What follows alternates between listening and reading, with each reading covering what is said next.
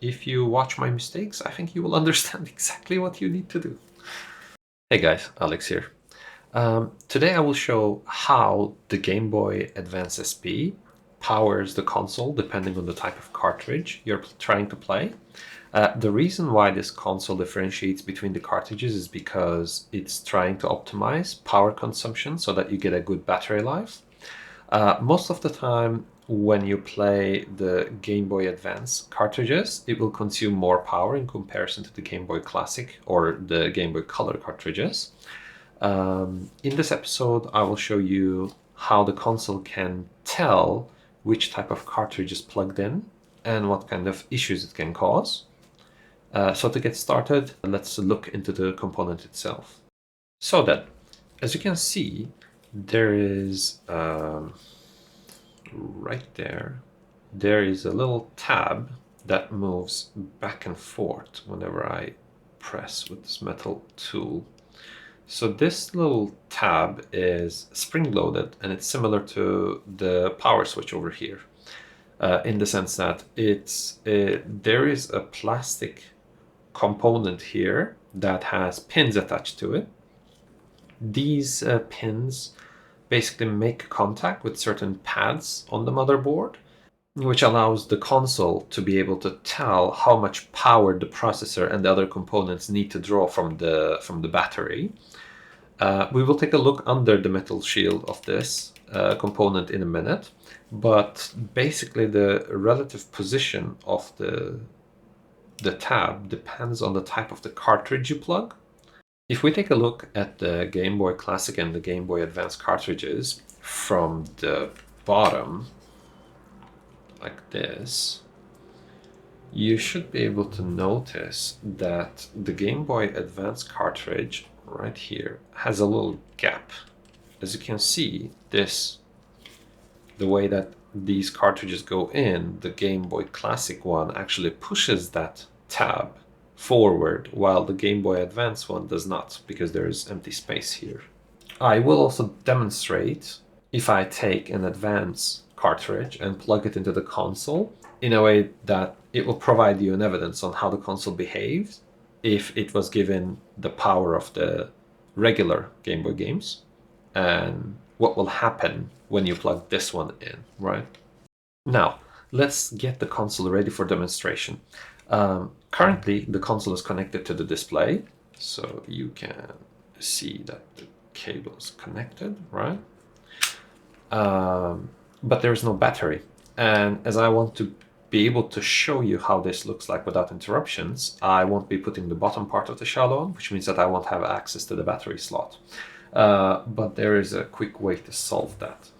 So this is where the battery needs to connect, and these are the battery pins, right? So what you want to do is to align the pins with the pads, right? And once the battery is in place, you can get a cut to size cotton swab, and you can just put it right in between the capacitor and the battery. And basically this makes enough pressure in here so that even if you shake the battery and even if you turn it around and such, the battery doesn't fall. And we can test that the console works. Yep, there you go. The green light is there. We can even actually open it up and see. There we go. The console is on. Great. Let's make sure that this game works. This is a SpongeBob SquarePants game. And as you can see, it turned on, it's reading the cartridge, everything is fine, right? Cool, great. Now let's figure out a way to put this in there while triggering as if it was playing a Game Boy Classic game. So instead of this gap, we need to fill this gap, right? So that it is more like this one. So I just cut off a small piece of that cotton swab again, and I'm going to literally just place it in here. And I believe if you put it right, it should actually be able to just push that button. So I'm going to turn it this way so that it does not fall, and then I'm going to just align it there. Yeah, just gotta make sure that that stays in. Perfect. And then let's just plug it in. Great. Let's turn on the console and see how it works. There you go. So this just, the console basically thinks that this is a Game Boy Classic game, a cartridge, and it actually isn't. And therefore you see the black bar, and this will most likely never load. It doesn't matter how many times you turn this off and on, it probably just won't load. And as you can see, there's the bars as well, as if this is a Game Boy Classic game. So there are a couple of Game Boys that I came across during my repair journey where the console basically just does not want to play a certain type of game. The ones that I've seen with the most issues is it plays one, but it does not play the other.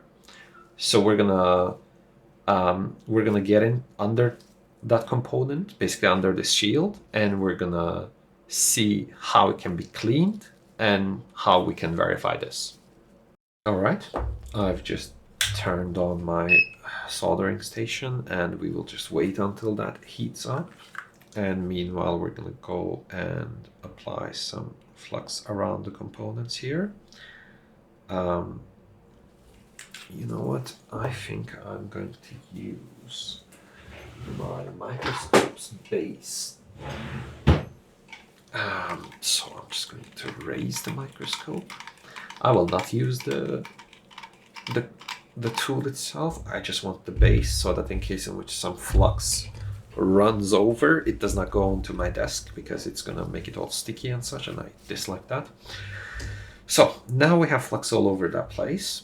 We're gonna make sure that our solder tip is clean. And by clean, I mean there is generally this metallic bush looking thing that you just put the solder into, and then you wipe it with a wet sponge.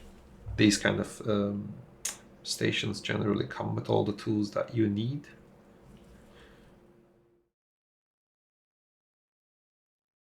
Right, so I have filled the tip with solder, and actually for this particular occasion, since we are not trying to take it off at the same time, I'm just going to go into these places and just make sure that there's enough solder everywhere. I'm gonna just move it around a little bit to make sure that it's combining with the existing solder. Now these side components are kind of tiny, so you might want to be very careful with these. Just go all around them, right? Just up and down and side to side, and do the same for all of these because you want them to be soldered well. And by soldered well, I mean just making sure that the solder combines with the rest so that we can take it off easier.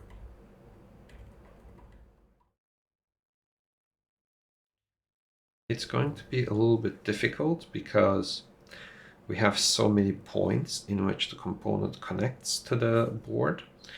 That means that basically there is more to do to get it off there. And you want to be very mindful to make sure that you're not pulling the component or something, because you might rip these pads that they're connected to, and then unfortunately that makes it so that you have to repair the board, or you have to pay someone to do it for you. So here you might want to be a little bit careful because we're going to get close to a capacitor. You might just get in an angle and just make sure that you have steady hands, and just play with that a little bit there. So one thing that can make our jobs a little bit easier is to take the shielding off first, because, you know, the shielding would not allow us to take the component off if we were to handle only these four. But if we take the shield off, at least we will have two less contact points. So I'm just going to go in from the back of the leg and just apply some heat around here. Let's see if we have enough. Okay.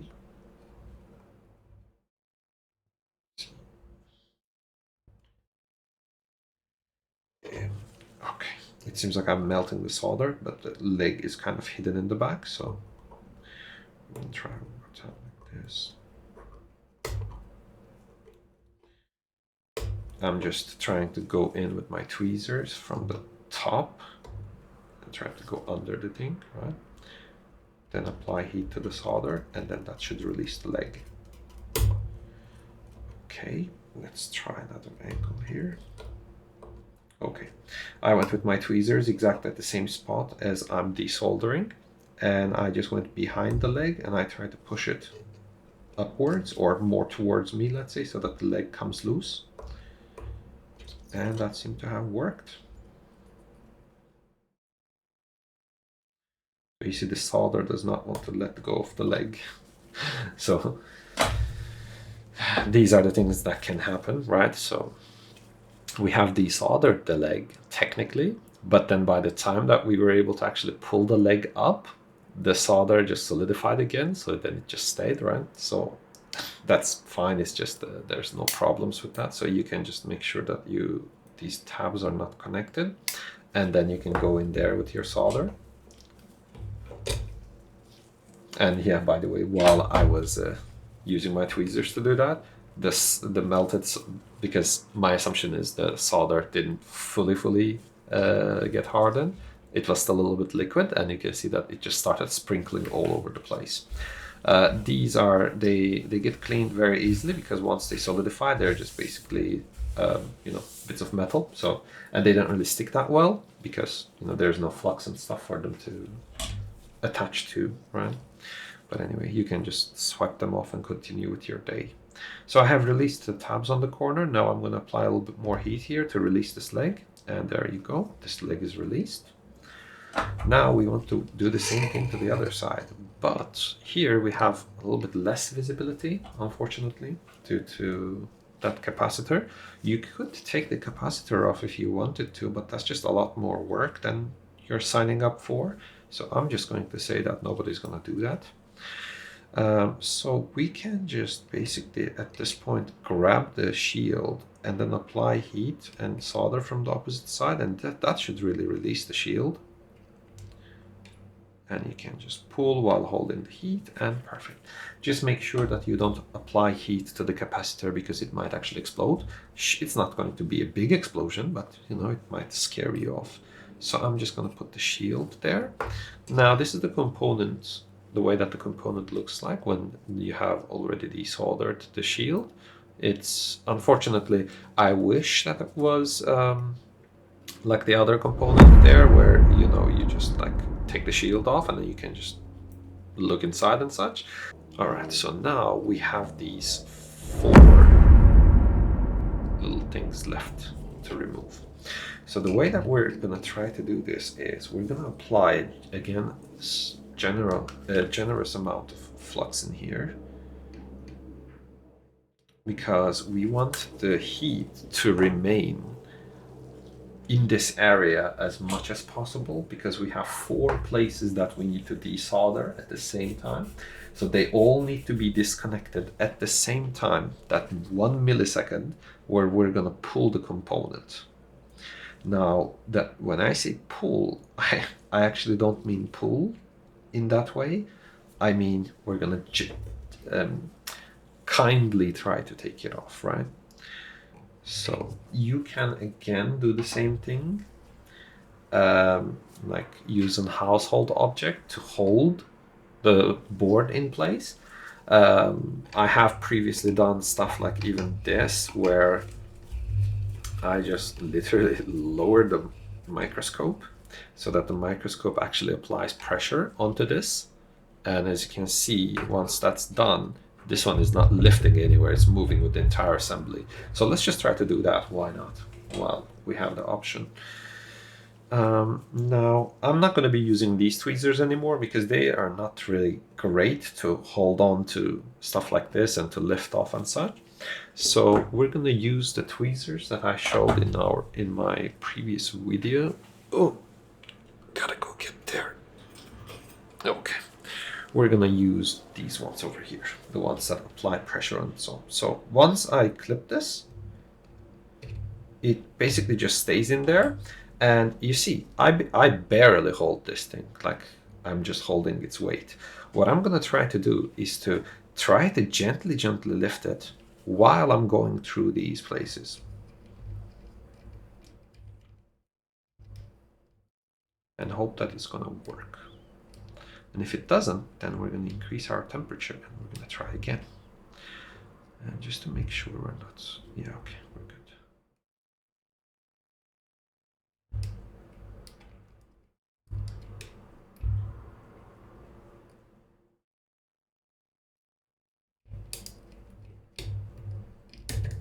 And here you go. While I was playing, I started pulling slightly and the component just came off. Great. Well, I think I might have done a mistake here, in the sense that there is a chance that I could have actually removed the top, maybe. But that's okay. You can learn from my mistakes, right? I mean, the component is perfectly fine, it will be usable, but by doing the mistake, I mean, I think I might have inconvenienced myself a little bit too much. I'm just going to clean my gloves with alcohol since I touched a lot of flux. Now let's dig in and let's look at this component together, right? So this is how the component will stay. We're gonna extract it exactly how it would come out, and then we're gonna spin it around where we can see the tab. Now, I believe there's a chance that this plastic bit might come off. Since I'm not sure if you guys will be able to see this, but there is a, get that light over here. Right, so there is this line here, which makes me think that this entire top piece might actually come off. From what I remember, it was bottom based, but apparently not. So we will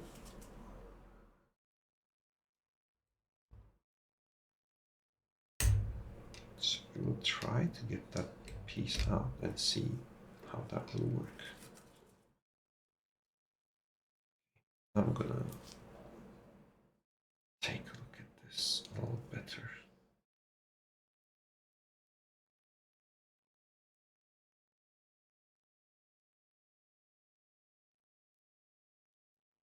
Strange structure for sure. Okay. Let's see. I will go and get another tool to try to pull that in a gentle way, if possible. All right.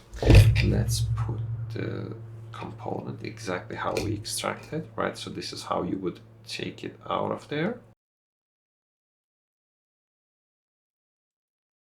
There we go. And we got the separation. Great. Okay. Now that we got it, I should be able to put it back together, since I have technically done this before, but apparently I have forgotten. Right. So let's take a look at this thing together. So this is the base, and as you can see, the golden pins inside that are dirty, just like the power switch. The way that we have extracted it this way, so there are the 4 pins, right? And then this slot here is where the tab would be coming out. Then we have this component over here, so this one that has the pins underneath, as I mentioned. So this one has actually 4 pins. It's actually, I believe, the same thing in the power switch as in here. It's just that there's 2 of them, so there's 4 pins in total. So that one would basically just slot in here, and then according to the way that the tab looks, this would move forward and backwards. Of course, right now it's not really moving that well because there's nothing holding it, right? So it would just move back and forth like that, right? Cool. This spring over here would be on this side to make sure that this thing is always going that way unless it's being pushed. And then whenever it's released, then this spring would push it backwards towards there. And then I believe we have another component here. Let me see. Yes, this is the tab. Cool, that's literally the tab itself. All right, I did not expect the tab to look like this. I have seen it before, but it's been a while. So the correct way, I believe, is this way, because if you put it the other way, this part here would clash with this area. So the idea is it's going to go like this, right? And then you can move it backwards in this spot. So now let's try to reassemble this exactly how it was. And by the way, when we took off the component, I don't think we broke anything, but this is how it was being held. So it was on the back. So I guess what I should have done was, or what you are going to do now that you've seen what I've done, is, I'm just going to grab the component, is to come into the back here, where the pins are, right? And then you can probably put in your tweezers, and then you can just lift so that it doesn't, you know, fall violently like just mine did. Anyway, let's just clean this component and let's try to assemble it together, right? Again, as I mentioned, I don't think that this is the 100% correct way to extract everything, but I'm doing it so that you can plan your repairing journey better, because I believe in the end this component is going to work just fine. So again, we have done the same thing. We have taken a cotton swab, cut it in half, put it in alcohol, and now we're going to go in here and clean.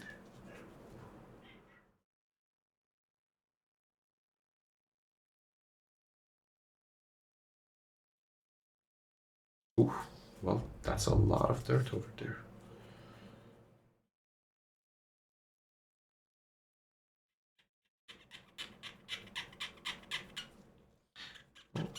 It cleans for sure, but it's definitely taking more effort than the power switch. Okay, I think this one is done. I'm going to use the other half.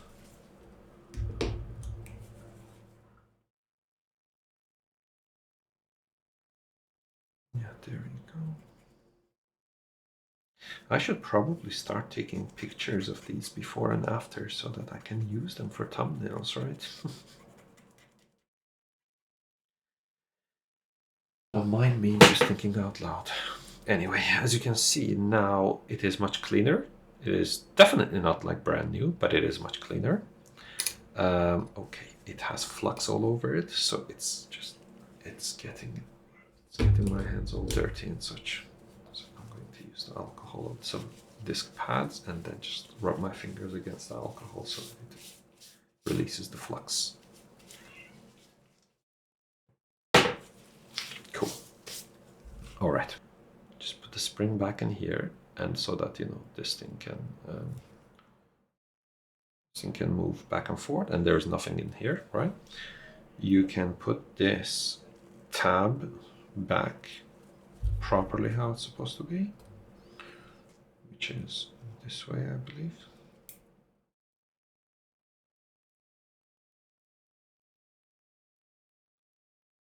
Okay, perfect. And now you see, I was not really seeing that because I didn't look at that other component.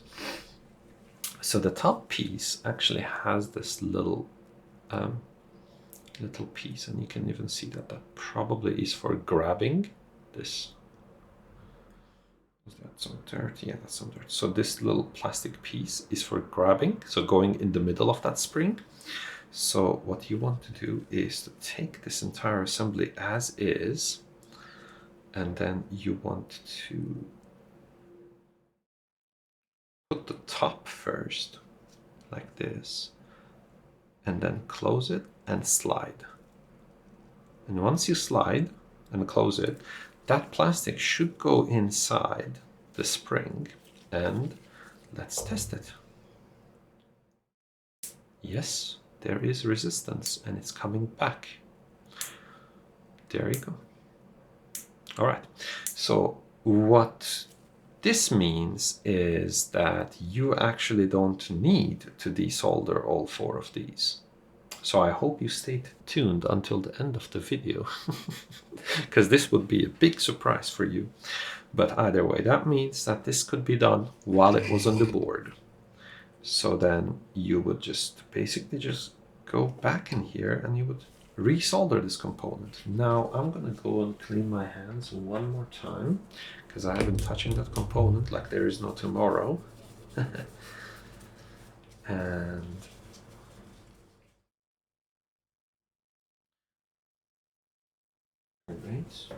I'm going to put a disclaimer in the beginning of the video to make sure that nobody actually desolders that like I did, right? But it's okay. I think it's very important to, you learn from your mistakes, right? I mean, I have learned to do this, I believe about maybe like a year and a half or 2 years ago, when I had a problem with one of the Game Boys that I purchased. I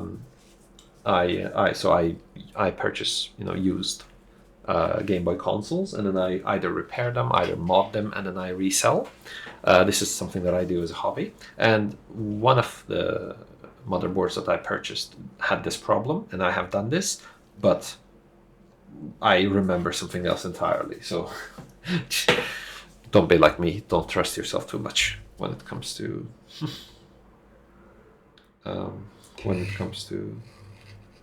things you're not particularly sure about. So now soldering it is quite easy.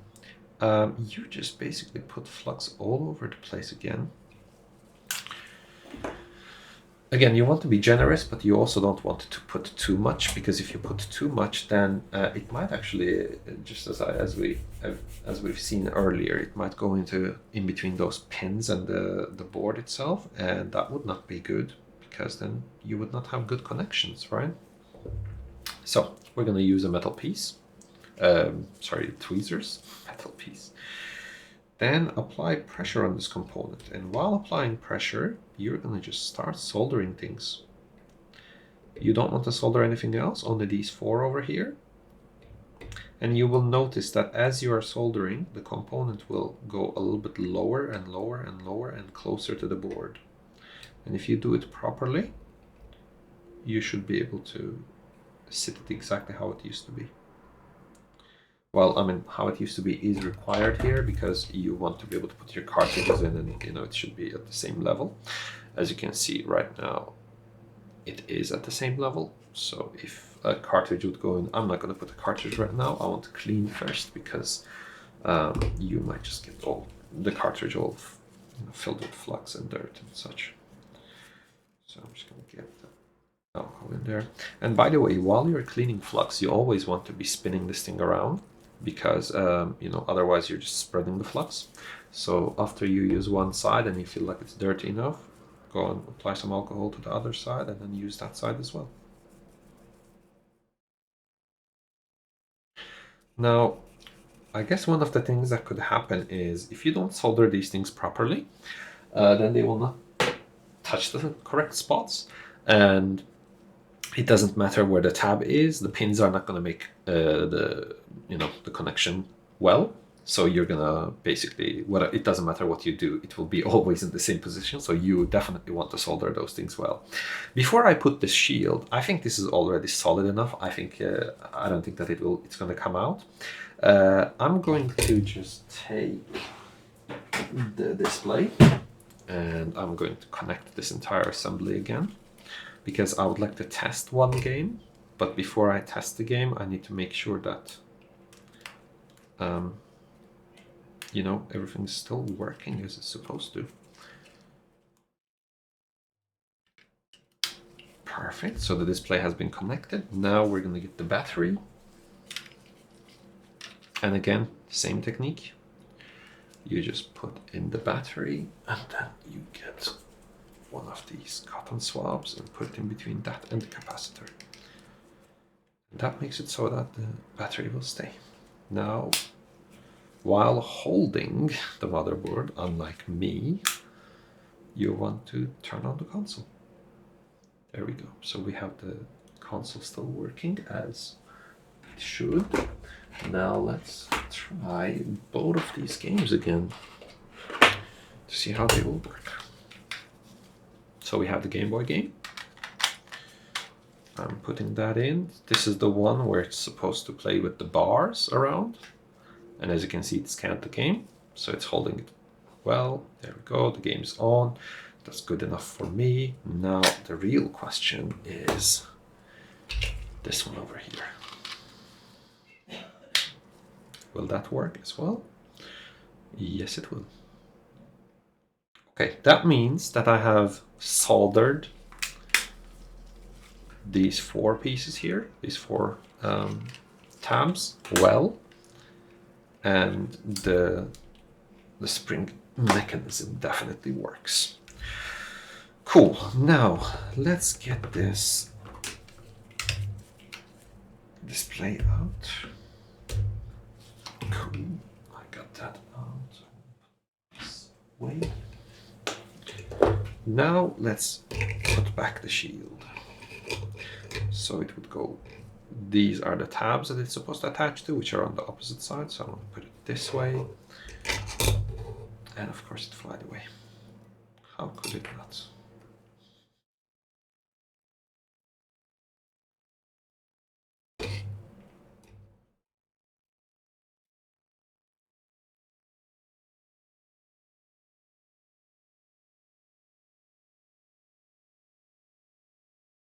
Alright, as you can see, because I've left a lot of solder on here, this doesn't really sit well, but it will once I start melting that, basically. So what I'm gonna do is, while I have it here, I'm gonna go and heat up this bit here, and that should sit in place. So let's do that while I'm actually holding the board. I think that should be perfectly fine. So again, you don't want to touch the capacitor. And there you go.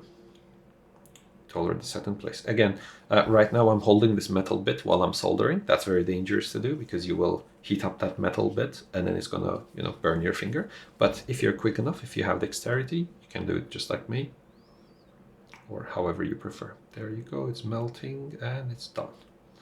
Now I'm gonna apply a little bit more pressure because I think it has a tiny bit more to go, but it started getting warm, so I took my finger off. And yes, there we go. Perfect. Now, I mean, maybe not so perfect. You could definitely clean that solder. You don't need to leave a huge chunk like that, but it doesn't really matter because that place doesn't really touch anything. Now let's get the metal bit and let's try to push this back into spot as much as you can.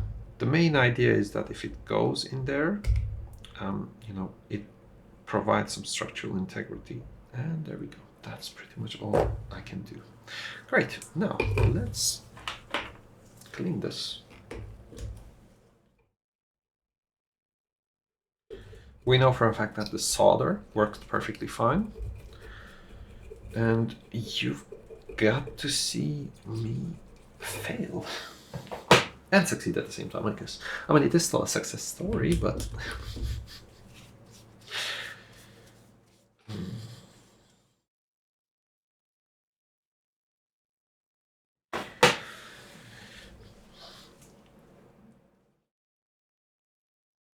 all right, well, that is how to clean this component.